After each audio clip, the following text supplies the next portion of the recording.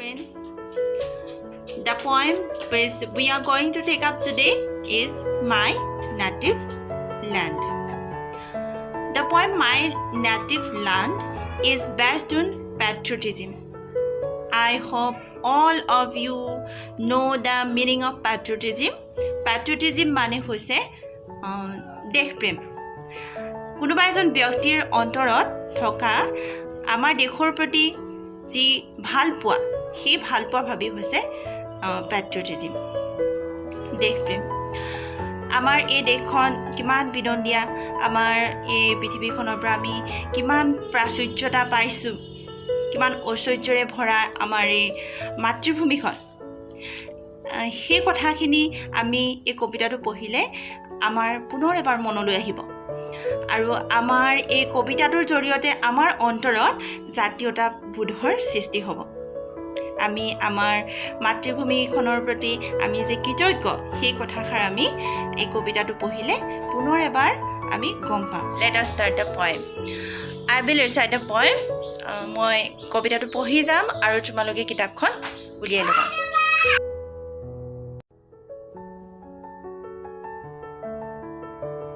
My native land. He asked me, the old man by the street, blind, lonely, and poorer than me. Tell me what my land is like. Breathe, Coca, I said. Breathe deep. The warm air that reminds you of your childhood friends is what your land is like. The cold breeze on your face this morn, after last night's endless thunder and rain, is the peaceful breath of your land. The contented gurgling of the little baby, tied to her mother's sturdy back, is the soil of which your land is made. The chorus of the cuckoo and sparrows, as they play around the treetops near, is what shapes your native land. The distant roll of the behood wool, the pepper and gogona my neighbors play, the heady aroma of the pitha and laru, the scent of the evening pear, in the Namghar Masjid church, this make the soul of your beloved land. You will read the poem again and again using correct pronunciation. Now, explanation in Assamese. My native land, মোৰ জন্মভূমি. He asked me, he মোক সুধিছিল. The old man by the street, ৰাস্তাৰ কাষত থকা বুঢ়া মানুহজনে. Blind, বুঢ়া মানুহজন আছিল অন্ধ. Lonely, অকলশৰীয়া, and poorer than me, মোতকৈ দুখীয়া. Tell me what my land is like. তেওঁ মোক সুধিছিল, tell me, মোক কোৱাচোন, what my land is like. মোৰ জন্মভূমিখন কেনেকুৱা তুমি মোক কোৱাচোন। এনেকৈ বুঢ়া মানুহ এজনে ৰাস্তাৰ কাষত মোক সুধিছিল।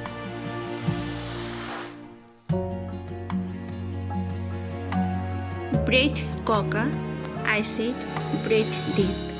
Breathe মানে উশাহ লোৱা ককা, ডাঙৰকৈ জোৰকৈ উশাহ লোৱা। The warm air that reminds you of your childhood friends.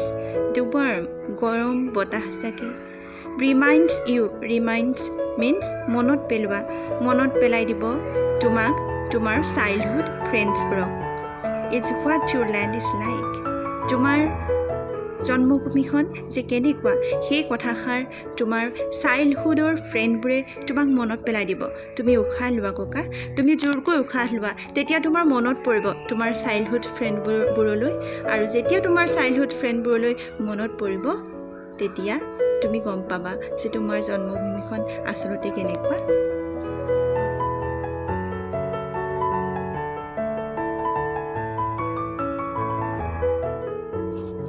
The cold breeze on your face this morn.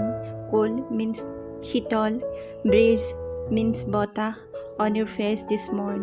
আজি ৰাতিপুৱা তোমাৰ মুখমণ্ডলত লগা শীতল বতাহজাক after last night's endless thunder and rain যোৱা নিশাৰ অন্তহীন endless means অন্তহীন thunder means ধুমুহা গাজনি and rain বৰষুণৰ পাছত is the peaceful breath of your land তোমাৰ মাতৃভূমিৰ এয়াই শান্তিপূৰ্ণ বতাহ ইমান শান্তিপূৰ্ণ এজাক বতাহ বলিব তোমাৰ মাতৃভূমিত তুমি ৰিমাইণ্ড কৰা Coca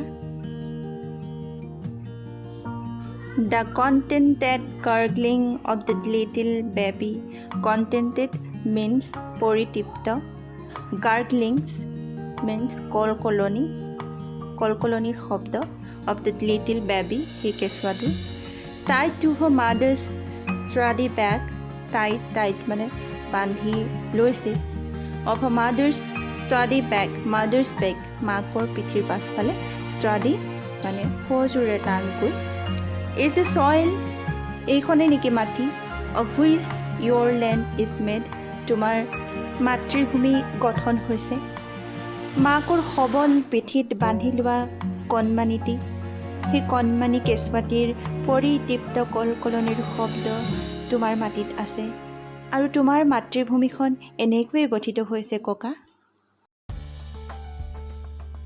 The chorus of the cuckoo and sparrow chorus মানে মাত কণ্ঠ কাকো মানে কলি চৰাই sparrow ঘনচিৰিকা চৰাই ঘৰচিৰিকা as they play around the tree tops near as they play খেলা around চাৰিওফালে the tree tops গছৰ আগৰ চাৰিওফালে is what shapes your native land shapes means আকৃতি তোমাৰ মাতৃভূমিখনৰ এনেকুৱা আকৃতি নহয়নে কোকা কুলি চৰাই আৰু ঘৰচিৰিকাৰ সমস্যৰৰ মাত ওচৰৰ গছৰ ওপৰত সিহঁতে যেতিয়া খেলি থাকে কিমান ধুনীয়া লাগে ককা তোমাৰ মাতৃভূমিৰ আকাৰ এনেকুৱাই নহয় জানো ককা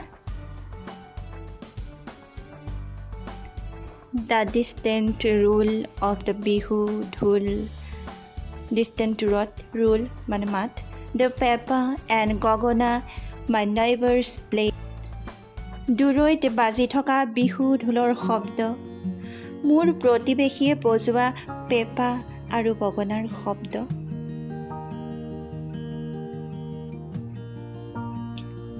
The hidi aroma of the pitha and laru hidi মানে লোভনীয় aroma মানে সুগন্ধ পিঠা and লাৰু পিঠা আৰু লাৰুৰ লোভনীয় সুগন্ধ